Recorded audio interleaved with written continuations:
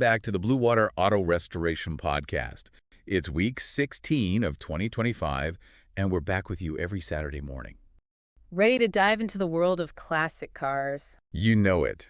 This week, we're tackling a project that's like a rite of passage for any car enthusiast, Yeah. rebuilding your first engine. A big one. It is a big one. Now, I know it can seem intimidating, but honestly, with the right guidance, it's totally doable and really rewarding too. Absolutely. It's really all about breaking down the process into smaller steps, making it manageable. And that's exactly what we're here to do, right? Guide you through each stage. Yeah. And share some insider tips and tricks from the team here at Bluewater Auto Restoration. Exactly. So imagine you're in your garage, engines out, hoisted, ready to go. You're about to embark on this mechanical adventure, right? Yeah. What's the very first thing you should do, even before you pick up a wrench? Documentation. You absolutely need to document everything, and I mean everything. Okay. Take photos from every single angle of the engine compartment. Pay close attention to the details that can easily get overlooked. Okay. So we're talking bracket placement, the types of bolts you have, the wiring, hoses, every little thing. So it's like creating a visual blueprint before you even start. Exactly. It's like your insurance policy against those head-scratching moments later on down the line when you're trying to put everything back together. I've been there. Trust me, future you will thank you for it. Yeah, that's a great tip. Okay, documentation done. What's next on the checklist? Well, safety first, of course. Yeah. Before you even think about lifting that engine out, you got to disconnect that battery. Right. That's priority number one. Then drain all those fluids, oil, coolant, transmission fluid, the whole 9 yards. Okay. And then remove components like the radiator, the carburetor, distributor, anything that's attached to the engine. Makes sense.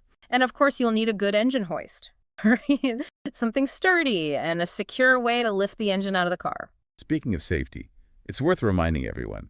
Safety glasses, gloves, all the protective gear. We want to make sure you're safe throughout this whole process. Absolutely. Safety is paramount. Now, for those of you working on a car with a 4-speed transmission, there's an extra step you don't want to miss. Ah, yes. You need to disconnect the clutch, cross shaft, and linkage before you lift that engine out. It's a small detail, but can cause a big headache if you forget. Right. Makes sense. Oh. Engine's out, safely secured on your engine stand. It's time to get down to business and start taking things apart. This is where that meticulous approach we talked about earlier really comes into play. Think of it like a surgical procedure, but for your engine. Okay. You want to work methodically, starting from the top, the intake manifold, and work your way down to the short block. And as you're taking things apart, this is the perfect time to give each part a good cleaning and a thorough inspection. Absolutely. We're talking looking for cracks, pitting, erosion, anything that might indicate wear and tear. Don't forget those gaskets, too. Check them for any signs of leaks. A pitted front cover, for instance, can lead to those really annoying, hard-to-find water leaks down the line. So it's all about catching those potential problems early on. Exactly. You want to address any issues before you start putting the engine back together. It's much easier to fix things now than have to tear the whole engine down again later.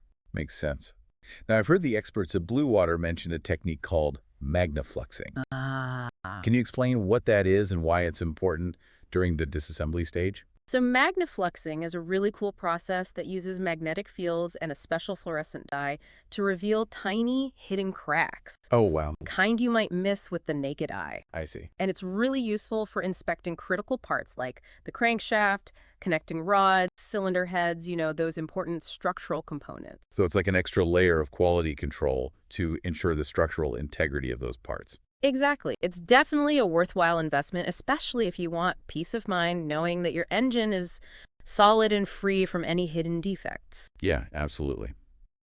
Okay, we've talked about inspecting those major components, but what about smaller parts, like rocker arm bolts? I know those can sometimes be overlooked during a rebuild. You're absolutely right. Rocker arm bolts can actually stretch over time, especially if they've been over-torqued in the past. Okay. And we see this a lot in older engines. Replacing them with new bolts is a simple step that can save you a lot of trouble down the road. It's those seemingly minor details that can make a huge difference in the long run. You got it. Okay, so we've tackled engine removal, disassembly, and even touched on some inspection techniques. Now it's time to focus on a critical part of any engine rebuild: the cylinder heads. Ah, yes, the cylinder heads. This is where precision really matters. And it all starts with knowing your specific cylinder head type.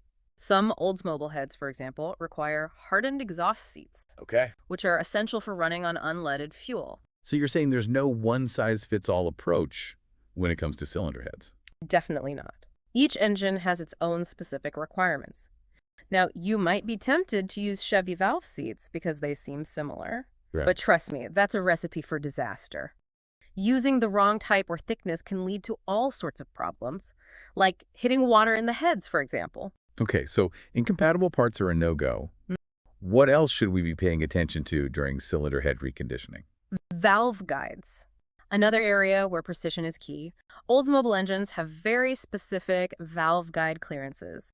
And if those clearances are too tight, you risk the exhaust valve sticking, which can cause damage to your camshaft lobes. So it's all about maintaining those precise clearances. Absolutely. Speaking of angles, what's the expert opinion on valve seat angles? I know there's some debate about this in the engine building world.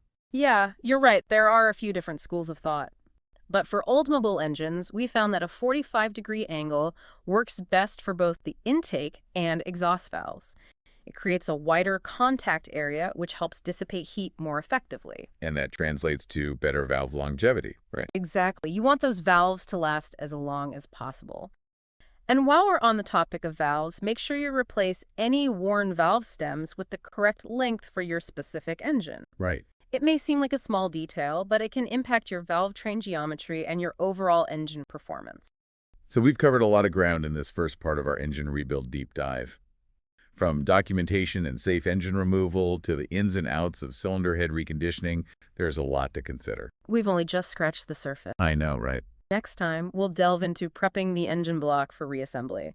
And trust me, there's much more to it than just cleaning and bolting on new parts. Well, for now, we'll leave you to digest all this information. Don't forget to visit BlueWaterAutoRestoration.com for more in-depth articles and resources on engine rebuilding. We'll be back next week to continue our deep dive into rebuilding your first engine. And you can find our podcast on Spotify, Google Music, YouTube, Apple Podcast, Amazon Music, or SoundCloud. Welcome back to the Blue Water Auto Restoration Podcast. Last week, we took you through the first steps of rebuilding your first engine, from meticulously documenting that engine compartment to the ins and outs of cylinder head reconditioning. Yeah, it's all about laying that solid foundation. And this week, we're moving on to a crucial part of that foundation, preparing the engine block. This step is often overlooked, but trust me, it's just as important as any other stage of the rebuild. Okay, so we've got our block sitting on the stand, ready for its transformation. Where do we begin? Just like with the other components, meticulous cleaning's the first order of business. You want to get rid of all that old oil grime and any rust that might have accumulated over the years. And after that, it's time for another round of magnafluxing.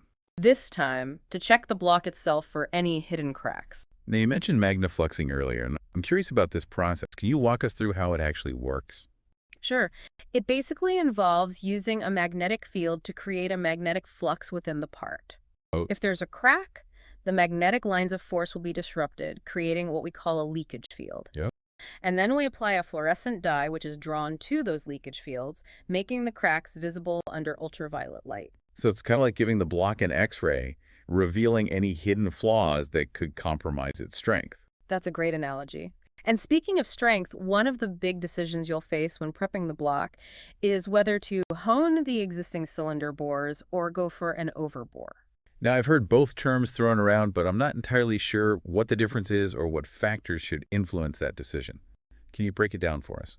Absolutely. So honing is a process that uses abrasive stones to smooth out the cylinder walls and restore their crosshatch pattern, which helps with piston ring seating and oil control. Overboring, on the other hand, involves machining the cylinders to a larger diameter. So when would you opt for honing versus overboring? Well, mileage plays a big role. If you have a low-mileage engine with minimal cylinder wear, honing might be all you need. Okay. However, if the cylinders are significantly worn, scored, or out of round, overboring becomes necessary. What about piston-to-wall clearance? I know that's a critical factor in engine performance. How does that play into the honing or overboring decision? That's a great question. You always want to make sure there's enough clearance for the pistons to expand when the engine heats up, Right. but not so much clearance that you lose compression. And the ideal clearance actually depends on the type of pistons you're using. So forged pistons, for example, would require a different clearance than cast pistons. Exactly. Forged pistons are stronger and can handle higher temperatures, so they typically require a slightly larger clearance. Okay. Cast pistons, on the other hand, are more prone to expansion, so you need a tighter clearance to prevent piston slap. That makes sense. So let's say we've decided to overbore. Mhm. Is there anything else to keep in mind before we hand the block over to the machine shop? Yes, and this is a big one. Make sure you have the pistons you plan to use before you machine the block. Oh, okay. This allows the machinist to bore the cylinders to the exact size needed for your pistons, ensuring that optimal piston-to-wall clearance. So you're saying don't just assume you can figure out the pistons later. Exactly. Have them ready to go. Okay, cylinders are taken care of.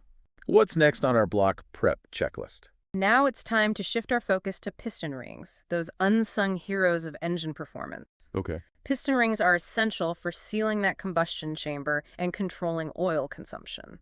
And I know we touched on ring end gap earlier, but can you remind us what that is and why it's so important? Absolutely. Ring end gap refers to the space between the ends of the piston ring when it's installed in the cylinder. This gap allows the rings to expand as the engine heats up without butting against each other, which could cause damage. So how much gap is considered ideal? Well, it varies depending on the type of rings and the engine's intended use, but generally a slightly larger gap is recommended for engines running on unleaded fuel. Okay. This is because unleaded fuel burns hotter, causing the rings to expand more. It's amazing how all these seemingly small details play such a crucial role in overall engine performance. It really is. And here's another detail that often gets overlooked. Crankshaft end play. Crankshaft end play. I'm not familiar with that term. So crankshaft end play refers to the amount of back and forth movement the crankshaft has within the block. Okay. This movement is controlled by the thrust bearing, which is located between the crankshaft and the block. And why is it important to check this crankshaft end play? Well, if the end play is too excessive, it can cause premature wear on that thrust bearing and even lead to crankshaft damage. Oh, wow. Conversely, if the end play is too tight,